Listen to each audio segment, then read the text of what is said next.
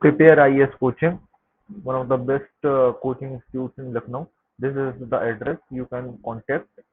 Okay, so hello everyone. In this video analysis, we will do the daily current affairs analysis of the news items which were there in news on 28th September 2021. So, what are the topics which we will discuss?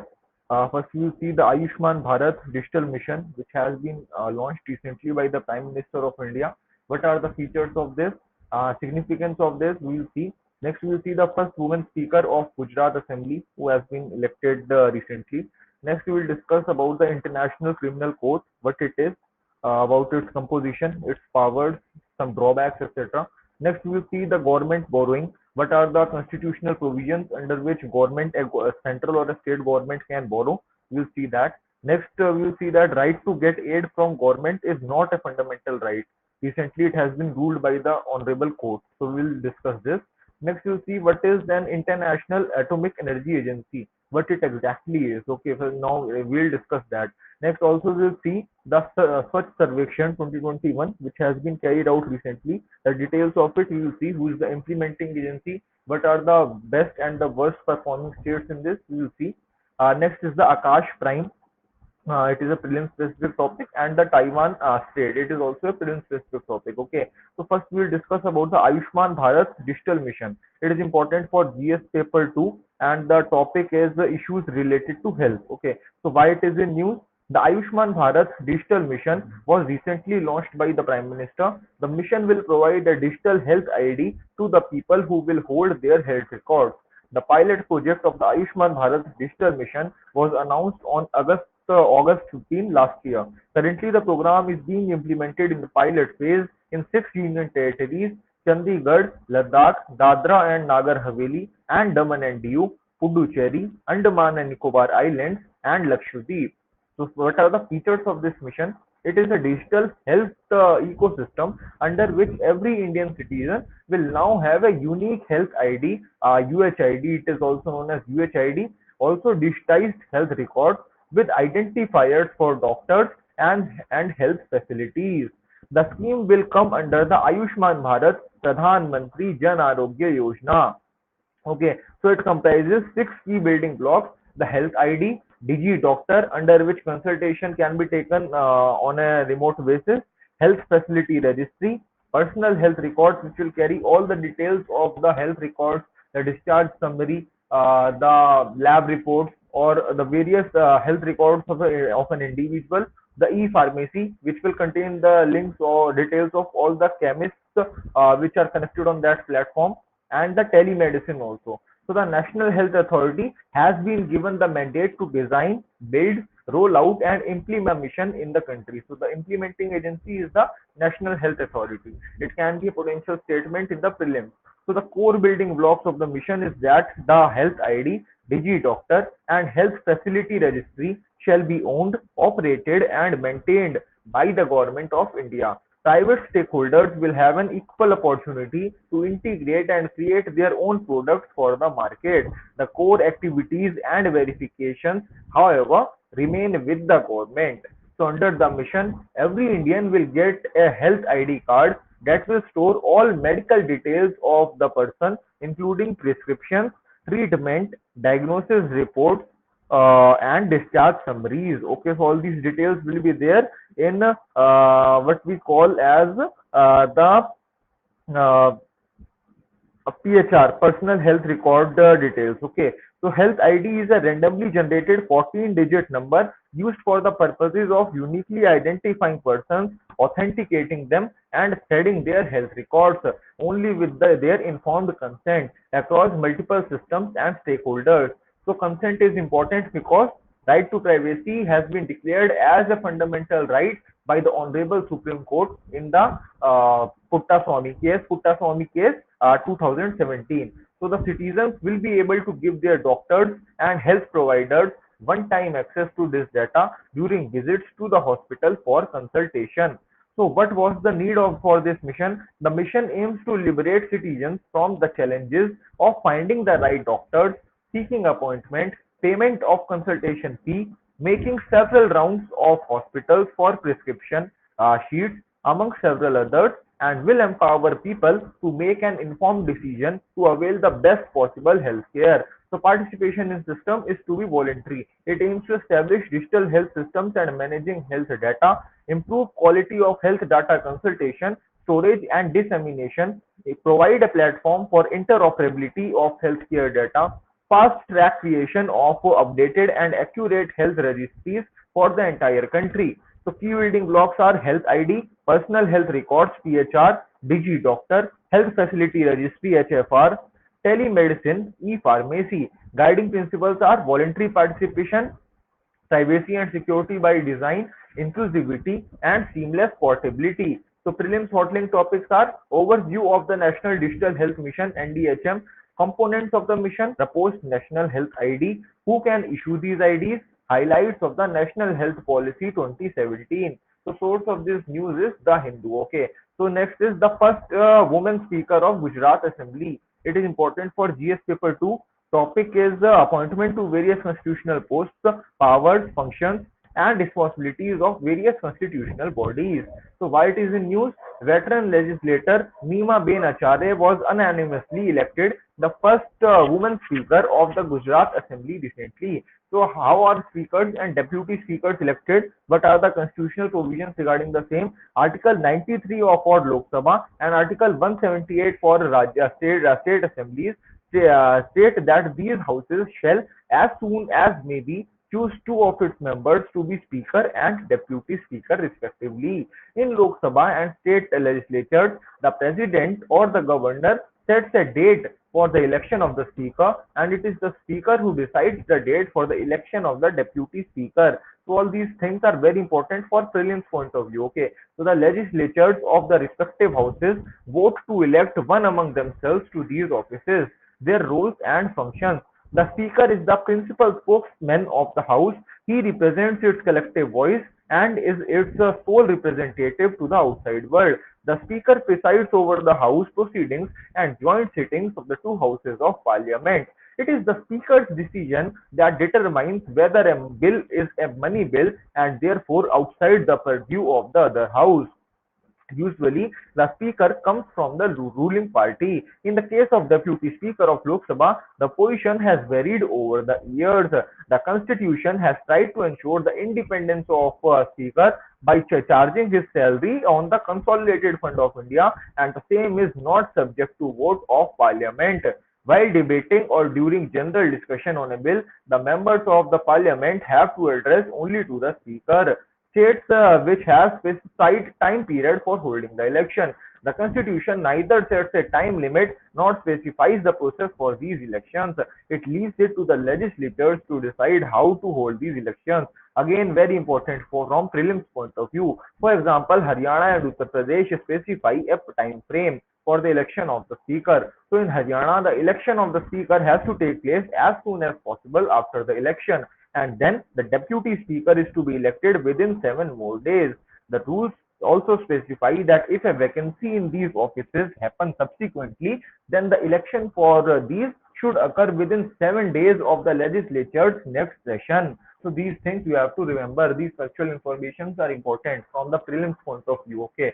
So in Uttar Pradesh, there is a 15-day limit for an election to the speaker's post if it falls vacant during the term of the assembly. In the case of the deputy speaker, the date for the first election is to be decided by the speaker, and 30 days is given for filling subsequent vacancies. Prelims hot-link topic: election of speaker, functions, powers, removal, grounds for removal, committees he is associated with. Source is The Hindu, International Criminal Court. It is important for GS paper 2. Topic is important international institutions, agencies and fora, their structure and their mandate. So why it is in news? The International Criminal Court's new prosecutor has asked the court to relaunch an inquiry into alleged crimes against humanity committed by the Taliban and supporters of the Islamic State in Afghanistan since 2003. ICC has notified the Taliban via Afghanistan's embassy in the Netherlands that it intends to resume an investigation. So background is a previous ICC inquiry was deferred in April 2020 following a request by the then Afghan government of Ashraf Ghani to be given time to gather evidence in cooperation with ICC lawyers. So about ICC, we will discuss. This is very important for prelims. So the International Criminal Court (ICC), located in The Hague, is the court of last resort for prosecution of genocide, war crimes, and crimes against humanity. It is the first permanent treaty-based international criminal court established to help end impunity for the perpetrators of the most serious crimes of concern to the international community. Its founding treaty, the Rome Statute, entered into force on July 1, 2002. So the Rome Statute is linked with the International Criminal Court. And next is the International Court of Justice. Okay, you also have to study about that. The difference between the ICC and the ICJ should be clear in your mind. Okay, then only you will be able to better tackle the questions which are asked in the prelims. So funding is, although the course expenses are funded primarily by state parties, it also receives voluntary contributions from governments, international organizations, individuals, corporations, and other entities. Composition and voting power. The court's management, oversight, and legislative body, the Assembly of State Parties, consists of one representative from each state party. Each state party has one vote, and every effort has to be made to reach decisions by consensus. If consensus cannot be reached, decisions are made by vote. The assembly is presided over by a president and two vice presidents who are elected by the members to 3-year terms. Criticisms: it does not have the capacity to arrest suspects and depends on member states for their cooperation. Critics of the court argue that there are insufficient checks and balances on the authority of the ICC prosecutor and judges and insufficient protection against politicized prosecutions or their abuses. The ICC has been accused of bias as being a tool of Western imperialism, only punishing leaders from small, weak states while ignoring crimes committed by richer and more powerful states. So the ICC cannot mount successful cases without state cooperation is problematic for several reasons. It means that the ICC acts inconsistently in its selection of cases, is prevented from taking on hard cases, and loses legitimacy. ICJ versus ICC. You have to study this in detail. International Court of Justice, La Cour Internationale de Justice. And next is the International Criminal Court, La Cour Penale Internationale. So here, court established, ICJ was established in 1946, whereas ICC was established recently in 2002. So the UN relationship, ICJ is the official court of the UN, commonly referred to as the World Court. While ICC is independent, it may receive case referrals from the UN Security Council. Location of both is in The Hague, the Netherlands. So types of cases which are there in the ICJ are contentious, which are contentious between parties and advisory opinions. And in the ICC, there are cases are basically of the nature of criminal prosecution of individuals.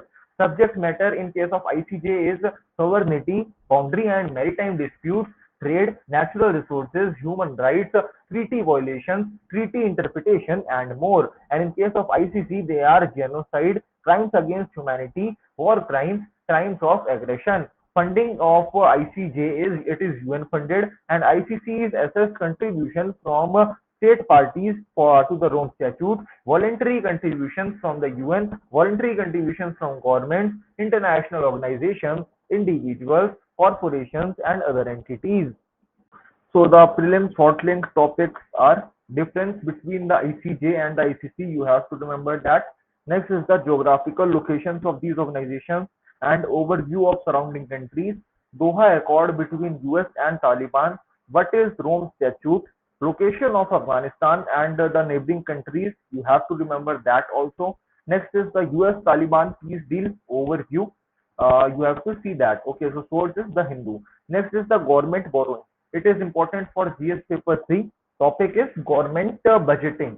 So why it is in news? The government will borrow rupees 5.03 lakh crore in the second half of the current fiscal to fund the revenue gap for reviving the pandemic hit economy. During the first half, the government has raised rupees 7.02 lakh crore by issuing bonds. So the background is The government raises money from the market to fund its fiscal deficit through dated securities and treasury bills, what we call as G-SECs, government securities, and T-bills, treasury bills.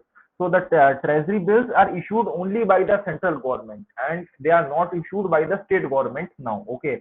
So the budget has pegged fiscal deficit at 6.8% for the current fiscal, down from 9.5% of the GDP projected for financial year 21.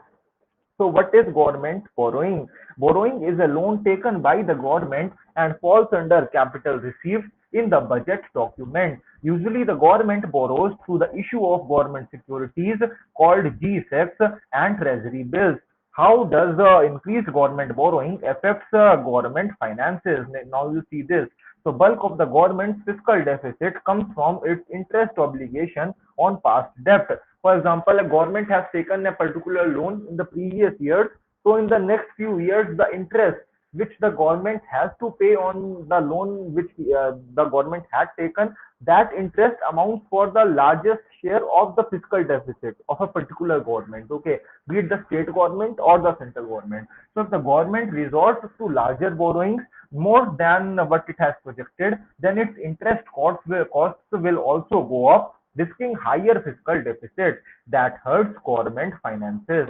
Larger borrowing program means that the public debt will go up, and especially at a time when the GDP growth is subdued, it will lead to a higher debt to GDP ratio, and that is not very beneficial for the economy in the long run. So what are off budget borrowings? Off budget borrowings are the loans that are taken not by the center directly but by another public institution which borrows on the directions of the central government, like the PSUs, central public sector undertakings, like the LIC, MTNL, BSNL, etc. Such or the Indian Oil Corporation, ONGC, etc. So such borrowings are used to fulfill the government's expenditure needs.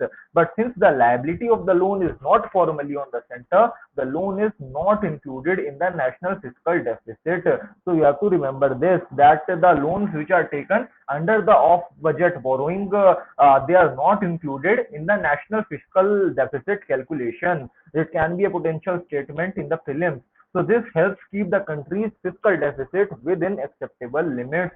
So prelims hot link topics are: what are government securities, what are treasury bills, what is Ways and Means Advance, and what is the FRBM Act. Financial Review and Budget Management Act, but you have to also study about that. The source is The Hindu. Next is right to get aid from government is not a fundamental right. Important for GS paper 2. Topic is Indian Constitution, historical underpinnings, evolution, features, amendments, significant provisions, and basic structure. So why it is in news? The Supreme Court has held that the government aid to an institution is a matter of policy and it is not a fundamental right.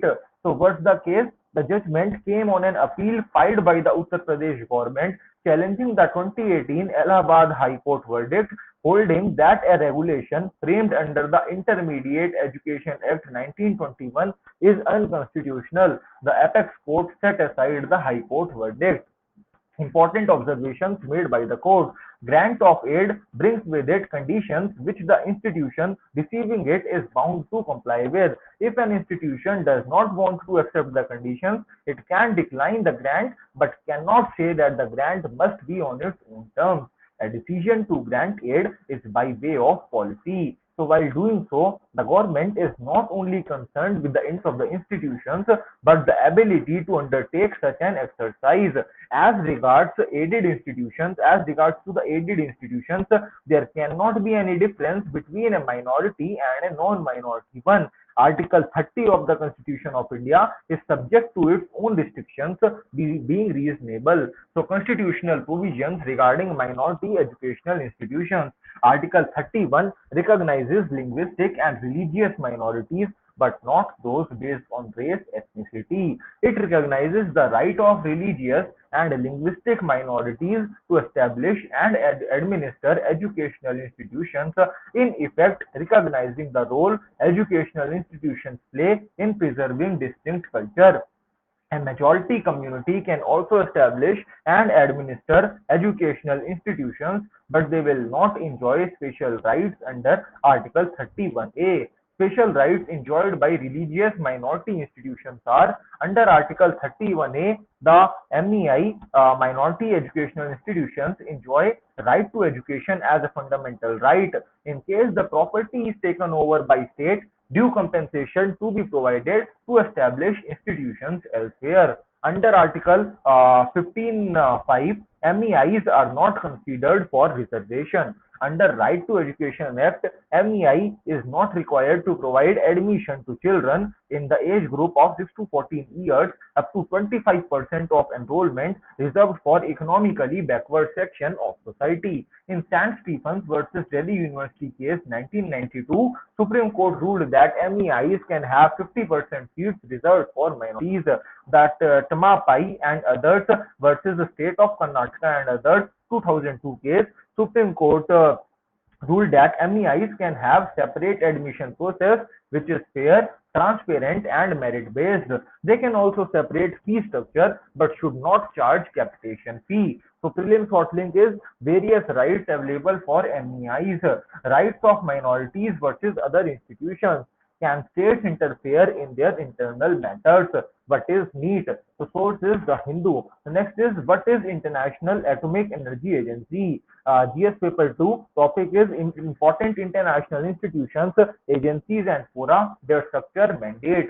So why it is in news? The EU, European Union and the US United States have urged Iran to allow inspectors from the International Atomic Energy Agency (IAEA) to access a nuclear site, while Tehran urged the facility was exempt from a recent agreement with the UN watchdog. Background: IAEA and Tehran struck the 3-month monitoring agreement in February to cushion the blow of Iran reducing its cooperation with the agency. The agreement was extended several times. Implications or concerns: the announcement could further complicate talks between Iran and six major powers on reviving a 2015 nuclear deal. 3 years ago, former US President Donald Trump withdrew from the pact and reimposed crippling sanctions on Tehran. Iran reacted by violating restrictions.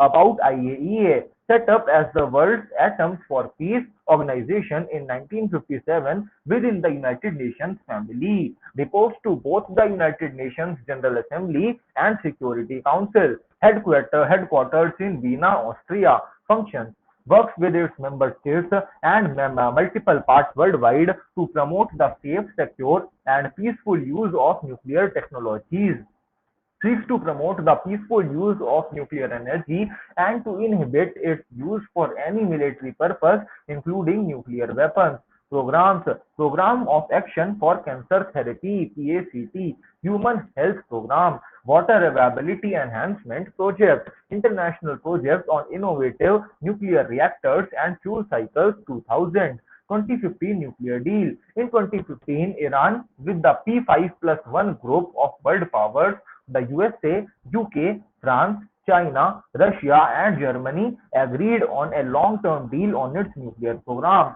The deal was named as Joint Comprehensive Plan of Action (JCPOA) and in common parlance as Iran Nuclear Deal. Under the deal, Iran agreed to curb its nuclear activity in return for the lifting of sanctions and access to global trade. The agreement allowed Iran to accumulate small amounts of uranium for research, but it banned the enrichment of uranium, which is used to make reactor fuel and nuclear weapons. Iran was also required to redesign a heavy water reactor being built whose spent fuel could contain plutonium suitable for a bomb and to allow international inspections.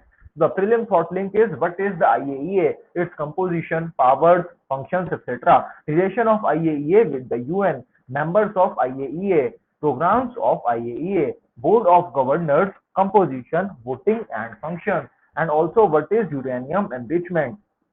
Fourth is The Hindu. Next is the Swachh Sarvekshan 2021. GS paper 1. Topic is population and associated issues, poverty and developmental issues, urbanization, their problems and their remedies.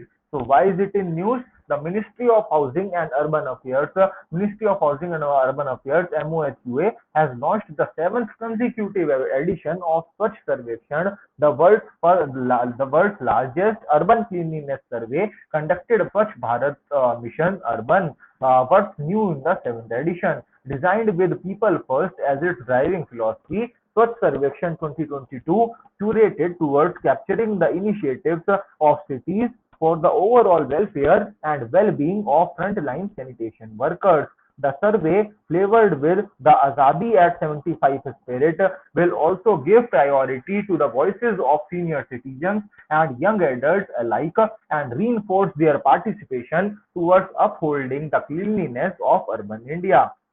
SS 2022 has incorporated specific indicators that drive cities to improve working conditions and livelihood opportunities for sanitation workers in urban India's sanitation journey. The survey is set to protect India's ancient legacy and culture by nudging citizens to take ownership and initiative to clean urban India's monuments and heritage spots.